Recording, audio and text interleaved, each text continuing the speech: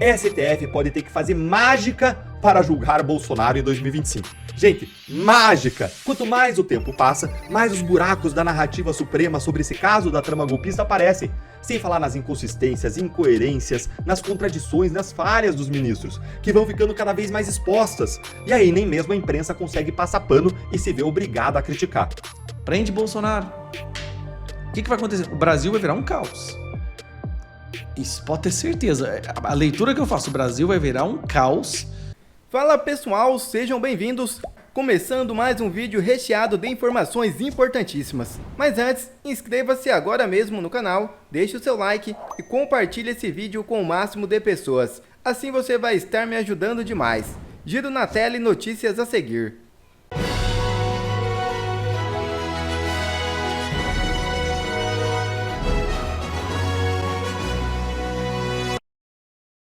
Para a Folha de São Paulo, Moraes precisa encarar caso Ibanez como alerta. Jornal defende que ministro faça uma autocrítica sobre suas atitudes que atropelam garantias processuais. Editorial publicado, a Folha de São Paulo exortou o ministro Alexandre de Moraes a encarar o arquivamento do inquérito contra o governador do Distrito Federal Ibanez Rocha como um alerta. Para o periódico, o magistrado precisa se autoavaliar a fim de frear algumas de suas atitudes que atropelam garantias processuais. Na última quarta-feira, o próprio Moraes arquivou o inquérito que apurava uma suposta omissão do governador do Distrito Federal durante os atos de 8 de janeiro de 2023, em tese que se provou infundada. Entretanto, a Folha lembra que o magistrado afastou Ibanez do cargo para qual foi eleito durante mais de 2 meses, antes de qualquer investigação, medida considerada drástica pelo jornal. Ibanez, contudo, não se viu apenas investigado. Durante pouco mais de 2 meses, por ordem de Moraes, ele permaneceu afastado do cargo de governador para qual havia sido eleito em 2022. Foi uma determinação problemática sob diversos ângulos, a começar pela intromissão indevida do judiciário em outro poder. Não pode ser atitude banal. É preciso haver um conjunto robusto de evidências e embasar medida tão drástica, defende o jornal. O texto lembra que, como justificativa para tal decisão, Moraes afirmou à época que o afastamento era necessário para impedir que Ibanez destruísse provas sobre possíveis omissões que teriam permitido as ações translocadas em Brasília. Como fica claro agora, não havia evidência sobre esse risco. Ao contrário, o relatório do Procurador-Geral da República, Paulo Gonet, afirma ter encontrado documentos pelos quais o governador do DF repudiou os ataques e solicitou auxílio da Força Nacional para a proteção da ordem pública. Ainda pior, a suspensão da função de Ibanez se deu sem que tenha sido formulado pedido específico para isso, o que havia em ação impetrada pela Advocacia Geral da União e pelo líder do governo no Congresso Nacional, Randolfo Rodrigues, era a solicitação da prisão em flagrante de todos os envolvidos, apontou a Folha. O veículo de imprensa ainda rebateu a fala de Moraes de que o afastamento é menos gravoso que a prisão, pontuando que o ministro esqueceu-se de ponderar que ninguém pediu a prisão de Ibanez e que é preciso haver bons motivos para prender qualquer pessoa. Para coroar a atitude draconiana, Moraes tomou a decisão sozinho e só depois buscou o referendo dos colegas, que o fizeram de forma virtual. O editorial finaliza estando o STF como um todo a levar temas relevantes como esse ao plenário físico e serem cautelosos para não macularem a mesma democracia que buscam defender. É um claro recado para o STF e Alexandre de Moraes sobre o caso que envolve a denúncia contra Jair Bolsonaro por golpe de Estado. As violações no processo são gritantes. E o senador Eduardo Girão pede apoio para destituir Paulo Gonet da PGR. Em pronunciamento nesta segunda-feira, o senador Eduardo Girão pediu o apoio dos senadores a um pedido de impeachment que formulou contra o Procurador-Geral da República, Paulo Gonet, que será apresentado na quarta-feira. Ele disse que o documento com o pedido aponta omissões e distorções na atuação do procurador, além de violações de princípios como o do contraditório e da ampla defesa. Nós estamos dando entrada, depois de amanhã, numa peça de pedido de impeachment do Procurador-Geral da República, Paulo Gonet. É o primeiro pedido de impeachment. Eu já tinha feito um na época contra o Aras também. Eu assinei o do Alessandro Vieira. E agora nós estamos fazendo o do Gonet, depois de estudar muito durante o Carnaval, nossa equipe jurídica, e Tem várias violações. Quero convidar os senadores da República que quiserem. Já disponibilizei a peça para quem quiser, para assinar o apoiamento desse pedido de impeachment. Vamos fazer uma coletiva na quarta-feira, ali na frente da presidência do Senado, porque todo mundo viu aquelas cenas dantescas de quase que uma tortura psicológica, de coação do Mauro Cid. Vazou áudio, inclusive, no ano passado, ele falando com alguém próximo, que já estava tudo combinado. Era quase como algo encomendado. A narrativa pronta ali, ou ele confirma ou ele está lascado. E a gente viu as imagens do Gonê assistindo o Alexandre de Moraes, que o ministro Alexandre de Moraes não deveria nem estar participando daquilo, porque ele é vítima, ele é o delegado, ele é o julgador, ele é o promotor, ele é tudo. E o Gonê, sabendo dessas irregularidades, assistiu, consentiu. Então tem violações aqui do artigo 40, itens 2, 3 e 4 da lei do impeachment. Graves omissões e distorções perpetradas na peça acusatória assinada pelo denunciado. Da violação dos princípios da busca da verdade real dos fatos, do contraditório e da ampla defesa. Da seletividade da denúncia, da falta de isenção e parcialidade, da sonegação de informações relevantes na denúncia. Só pegou o que interessou e distorcendo. Da omissão criminosa, que é o crime omissivo impróprio perante os flagrantes atos delitivos cometidos pelo ministro Alexandre de Moraes na audiência realizada no dia 21 de novembro de 2024, artigo 13, parágrafo 2º da Constituição, do Código Penal, perdão. Prevaricação, também, artigo 319, transgressões dos deveres do cargo e comprometimento da credibilidade do Ministério Público Federal do sistema de justiça. E a falta de zelo pela proteção dos direitos fundamentais e pela observância do devido processo legal e sistema acusatório. Então, tudo isso nós vamos apresentar quarta-feira, um grupo de senadores que está assinando. Convido aqui mais uma vez a todos para assinarmos juntos, porque o que está errado a gente não pode fechar os olhos, é nosso dever. O bom da internet é que ela tem essa capacidade de resgatar vídeos que muitos gostariam que fossem eternamente esquecidos. Nessas últimas semanas nós tivemos aí a divulgação da denúncia mais mal feita na história da PGR brasileira, aquela construção fictícia para tentar colocar nas costas do Bolsonaro um atentado de golpe com senhorinhas de Bíblia na mão num domingo em prédio vazio, né? É vergonhoso, é risível, mas é isso que eles têm. Eles precisam de alguma coisa para impedir que Bolsonaro seja candidato no ano que vem. Afinal de contas, as pesquisas já mostram que ele venceria no primeiro e no segundo turno. E aí eles pegaram e fizeram essa perseguição, uma tortura, né, psicológica com Mauro Cid, que se tornou a coluna vertebral de toda a denúncia.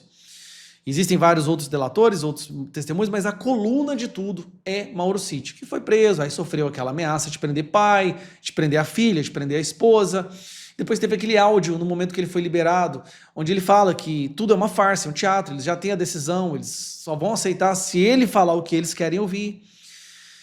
E aí quando sai a denúncia, que é essa denúncia da PGR, sai uma matéria onde a defesa do Mauro Cid diz isso aqui, ó. Defesa de Mauro Cid detona a denúncia de Gonê sobre golpe. Delator afirma enxergar, aí ele fala, distância estelar entre fatos relatados por ele na colaboração e a história levada pelo chefe do PGR no Supremo. Ou seja, distância estelar entre o que o delator, né, ele não poderia nem ser, porque depois da tortura, de tudo que veio à tona, tudo que ele falou tem que ser anulado, mas é uma distância estelar entre o que ele falou e o que está na denúncia. Ou seja, como ele não falou exatamente o que eles queriam ouvir, eles foram lá e decidiram escrever aquilo que eles gostariam de ter ouvido. Não adiantou nada. A Polícia Federal entregou ao PGR e o PGR ainda fez uma manipulação e omitiu fatos e falas do Mauro Cid que poderiam se contrapor à narrativa que eles estavam construindo. É assim, é impressionante o atropelo, o abuso, a ilegalidade que envolveu a construção dessa denúncia. Aí a internet resgatou esse vídeo aqui, ó, que eu acho que vale a pena ouvir. Cara, vou te dizer, esse troço tá entalado, cara. Tá entalado, o cara botou a palavra golpe, cara. Eu não falei uma vez a palavra golpe. Quer dizer, furo, foi erro, foi sei lá, até condição psicológica que eu tava na hora ali. Ele, cara, realmente, ele sofreu muita tortura psicológica, né? Porra, mas quantidade de palavras de golpe que ele botou. Cara, eu não falei golpe uma vez. Eu não falei golpe Então, assim, isso faz parte dessa... O que o Mauro Cid falou e o que eles estão falando, escrevendo, como se tivesse vindo dele, não faz sentido, não aconteceu. Então nós já tivemos... Esse é o segundo áudio do cara. Sinceramente, é de dar dó. Eu sinto pena dele. O que ele deve ter passado. Imagina alguém lá e ameaçar prender sua filha. Ó, você fala o que eu quero aí, me ajuda a prender aquela pessoa que eu não gosto, ou nós vamos ter que dar continuidade aí no inquérito, que você sabe, a justiça já é ilegal, nós prendemos quem nós queremos e a sua filha está na minha mira. O que mais falta? Se eles usarem essa peça para prender Bolsonaro, eu vou te falar, cara, olha o que está acontecendo na Romênia. A Romênia está em caos, tá? A justiça de lá... a moda da nova ditadura, a neoditadura é justamente essa, não usar armas, mas entrar pela justiça. Colocar na justiça as peças fundamentais e deixar que a justiça cuide de instalar a ditadura. Aí vira uma ditadura institucional, uma ditadura da instituição, não é da pessoa, né? Então, a ditadura é um vírus que muda, né? Que altera, e ele aprendeu a contornar todos os mecanismos que foram desenvolvidos ao longo das últimas décadas para impedir que ditaduras acontecessem. O mecanismo desenvolveu. Ele reconhece, ó, esse aqui não tem como, então vamos por esse outro lado. E é isso que acontece. E aí nós temos um caso onde um cidadão é torturado, praticamente, psicologicamente, é ameaçado, é coagido para falar exatamente o que eles queriam. Como ele não falou exatamente o que eles queriam, eles escreveram como se tivessem ouvido de tal forma. Prende Bolsonaro. O que vai acontecer? O Brasil vai virar um caos. Isso pode ter certeza. A leitura que eu faço, o Brasil vai virar um caos, e desse caos ninguém sabe o que vai acontecer. Condenar o Bolsonaro em 2025 é impossível, mas até pro STF... Olha, gente, o STF tá tão desmoralizado, mas tão desmoralizado, que nem a imprensa tá acreditando que os ministros vão conseguir julgar o caso da trama golpista e condenar o Bolsonaro ainda em 2025. Quanto mais o tempo passa, mais os buracos da narrativa suprema sobre esse caso da trama golpista aparecem. Sem falar nas inconsistências, incoerências, nas contradições, nas falhas dos ministros, que vão ficando cada vez mais expostas. E aí nem mesmo a imprensa consegue passar pano e se vê obrigada a criticar. Eu quero ler aqui com você um artigo que saiu do Francisco Leali no Estadão, que você vê aí na tela. E esse artigo ele desmonta a narrativa suprema de que Bolsonaro vai ser condenado ainda em 2025. Olha aí.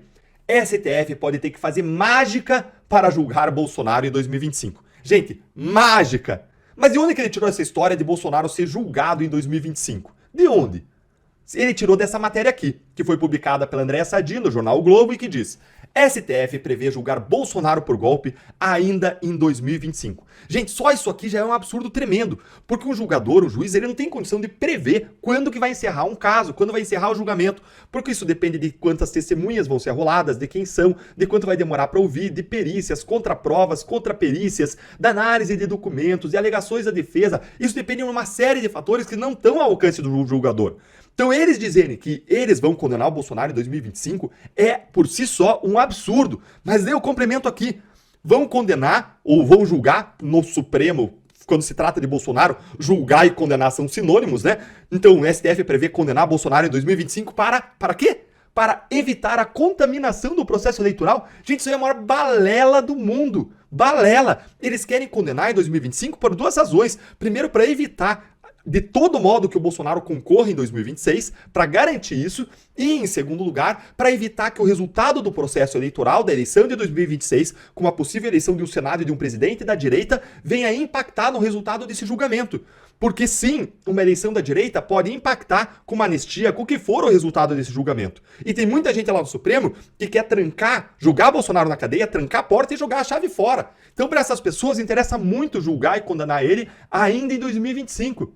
Como você sabe, os ministros, eles falam com a imprensa todo o tempo, de modo oficial. Só o Gilmar Mendes deu 9 entrevistas apenas esse ano, e também de modo extraoficial, especialmente para falar aquilo que eles não podem falar, que são proibidos, que é ilegal falar, como isso aqui.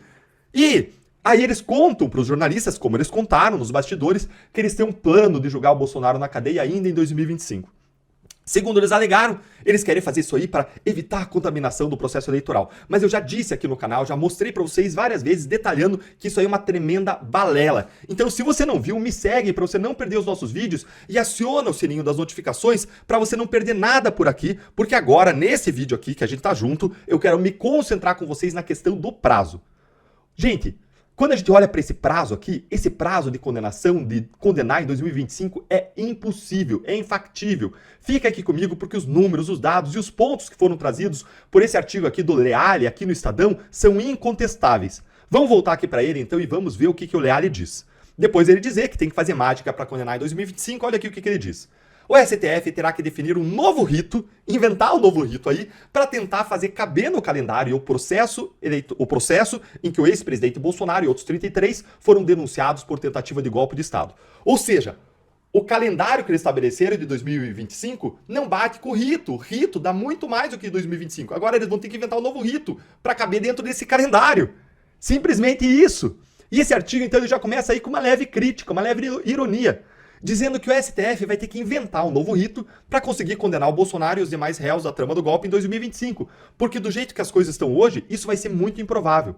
Mas criar um novo rito com o processo já andando significa simplesmente violar os direitos fundamentais, constitucionais e defesa dos réus. Seria o equivalente aí à criação de um tribunal de exceção. Você estaria mudando as regras do jogo no meio da partida, algo que, em tese, não é possível. E aí ele explica o porquê que o STF precisaria de um novo rito. Acompanha aqui. Talvez seja necessário fazer mágica, ou mesmo fatiar o processo, para evitar que a ação judicial seja contaminada ou contamine a disputa eleitoral de 26, ou seja, que seja jogada para 2026. O processo envolve muita gente e, como reza a cartilha do Código de Processo Penal, todos têm prazo e direito para apresentar a defesa, arrolar testemunhas, pedir perícia, fazer prova, fazer contraprova. A única mágica possível aí para Moraes aqui, gente, é violar os direitos de defesa. Não tem outra mágica. Qualquer coisa que o STF faça para acelerar esse processo só para conseguir uma condenação política de Bolsonaro vai ter como implicação e consequência direta a violação dos direitos de defesa de todos os réus. E se você concorda, vai curtindo aí o vídeo e vamos seguir porque a análise vai ficando cada vez melhor. O relator do caso, o ministro Alexandre de Moraes, ele tem como precedente a jornada que o ex-ministro Joaquim Barbosa percorreu no Mensalão. Se seguir a mesma toada, dificilmente conseguirá levar a acusação a julgamento final até o final desse ano. No Mensalão eram 40 réus. A denúncia foi oferecida em 2006. O julgamento para abrir a ação penal só ocorreu no ano seguinte. Gente, olha isso. Foi um ano só para receber a acusação, analisar e dizer vamos começar um processo penal. O Moraes acabou de receber a acusação da trama golpista. Como que ele vai fazer isso aí em questão de semana, quando no Mensalão, número equivalente de réus, foram um ano para isso? Segue. Para ouvir todas as testemunhas, no caso Mensalão, foram consumidos mais de 3 anos. E ele explica, cada réu tem direito a indicar 8 testemunhas. Se alguma delas não é encontrada, a defesa pode recorrer à corte para insistir na oitiva, na inquirição daquela testemunha. Cabe ao relator, então, decidir até quando esperar para ouvir todos aqueles que os acusados desejam que falem a seu favor. Ou seja, não existe tempo hábil para condenar ninguém em 2025. Isso que os ministros estão falando de cronograma para condenar Bolsonaro nesse ano é uma previsão puramente política. Talvez porque eles já tenham precificado esse custo de violar os direitos dos réus, ou mesmo um dane-se. O importante para eles é impedir o Bolsonaro de concorrer em 2026. Até mesmo o julgamento pela primeira turma, algo que o Moraes insiste em fazer, seria uma estratégia que entra dentro desse plano de condenar ele ainda em 2025. Olha aqui, ó. Em 2012, quando o STF decidiu quem condenar no esquema de compra de apoio de deputados pelo governo petista, o mesmo plenário levou 4 meses para emitir as sentenças. Gente, desde a condenação em plenário até a emissão das sentenças escritas, só isso demorou 4 meses. Só isso. Já no caso de Bolsonaro, tudo está programado até aqui para ser decidido na primeira turma do STF, onde estão apenas 5 dos 11 ministros do Supremo. Ou seja, são menos votos para proferir e, portanto, daria para ser mais rápido. Mas as turmas do STF se reúnem apenas uma vez por semana. Para dar conta de um processo com esse volume de réus e documentos, parece pouquíssimo. O calendário da turma terá que prever sessões extras, invadir várias manhãs ou até mesmo consumir espaço nas horas e dias de semana que hoje são dedicados às sessões do plenário. Tem um outro fator complicador aqui, gente. Eu acho bastante possível que no início desse julgamento, a pressão pública, não só da população, mas talvez até da imprensa, seja bem grande para que o STF julgue esse caso aqui no plenário. Afinal de contas, envolve um ex-presidente e uma trama golpista, é um dos casos mais importantes já julgados pelo Supremo. E pode ser que o Supremo não aguente essa pressão e se dobre, jogando o caso para o plenário, o que vai aumentar ainda mais a duração do julgamento, até porque o Nunes Marques e o André Mendonça, ministros indicados pelo Bolsonaro, podem pedir vista a cada um por 3 meses. A chance desse processo não terminar até 2026, inclusive, aumenta muito. Ou seja, gente, em conclusão, é impossível julgarem, condenarem Bolsonaro em 2025, porque tem os prazos agora das defesas que está correndo. Em seguida tem o recebimento da acusação, ou seja, o juiz analisa a acusação e diz vale a pena instaurar um processo criminal, estão preenchidos os requisitos para instaurar um processo criminal. No mensalão, como ele bem disse, demorou 1 ano só para isso. Depois tem todas as colheitas de depoimentos das testemunhas que podem não ser encontradas, indicar outras pessoas, pode ter perícia, contraprova, contraperícia e tudo mais, aí alegações finais, aí o julgamento, aí o tempo para elaborar os votos. Ou seja, é impossível concluir o julgamento em 2025. Olha, a Bíblia diz que para Deus nada é impossível. Agora, do jeito que alguns ministros se acham deuses, eles podem querer se apropriar dessa realidade, desse poder. Afinal de contas, eles estão mandando no mundo inteiro, são os xerifes globais, né? E eles podem querer dizer, por STF nada é impossível. E jogar o Bolsonaro na prisão ainda em 2025. Você duvida disso? Quer ver mais conteúdos como esse? Então inscreva-se agora mesmo no canal e ative o sininho das notificações. Assim você não perde mais nenhum conteúdo que é postado aqui no canal. E também já deixe o seu like para o YouTube ajudar a divulgar o nosso trabalho. Fico por aqui e que Deus abençoe a todos. Brasil acima de tudo e Deus acima de todos.